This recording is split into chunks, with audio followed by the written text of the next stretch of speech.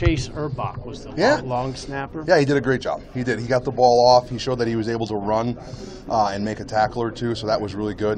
He did some good things in there. He handled the situation well, and actually he's from that way, so that was I didn't even realize that. So that's pretty cool for him. Did he beat out Jordan for that job? I mean, how did that all shake out? Well, in terms of what we were looking for, we needed somebody that could show that they could cover a little bit better. Okay. And Jover had a couple of things going on with with an issue with him, and so we wanted to make sure that we got Urbach in there to do it.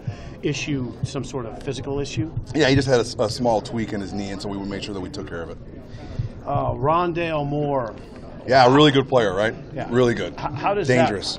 I mean, when you guys are sizing him up they move him around a lot, right? All over the place. So what kind of challenges? Well, I think anytime you face a player with that kind of a skill set that's able to do multiple things in their offense, line up in the backfield, line up as a slot, be a kick returner, be a punt returner, they're trying to manufacture different ways to get him the football. I think we always got to be conscientious of where that guy is.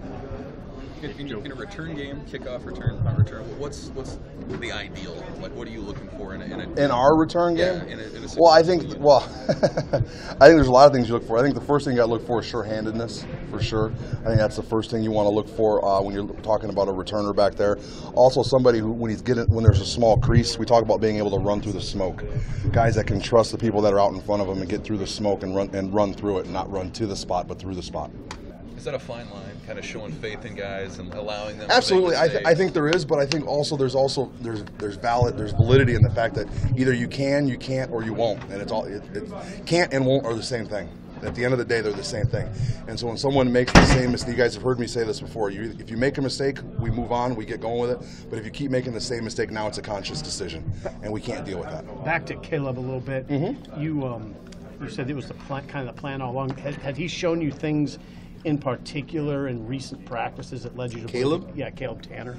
Oh, I'm sorry. Go ahead. What? Yeah, had he shown you anything in particular in recent practices that indicated he was ready for a game like that? No, I just think it's part of the natural progression for him in terms of his development, in terms of getting him out on the field more and more as we progress through it. And I think he's handled all of the situations of being a true freshman, playing college football, playing in the Big Ten. And as he adjusts and gets game speed reps, you get more and more opportunity to put him in the field. So I think it's just been part of the progression for him all the time.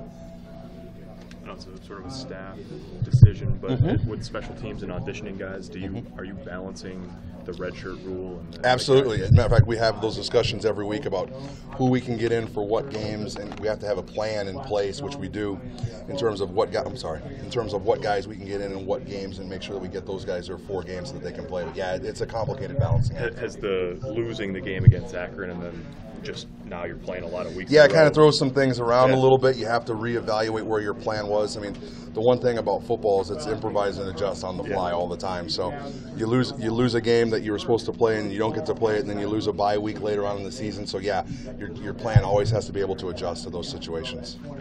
Yeah. When you look back at the film from Michigan and you see the kickoff return, the punt return, I don't know, how do you coach those guys up from that game? How do you coach them up?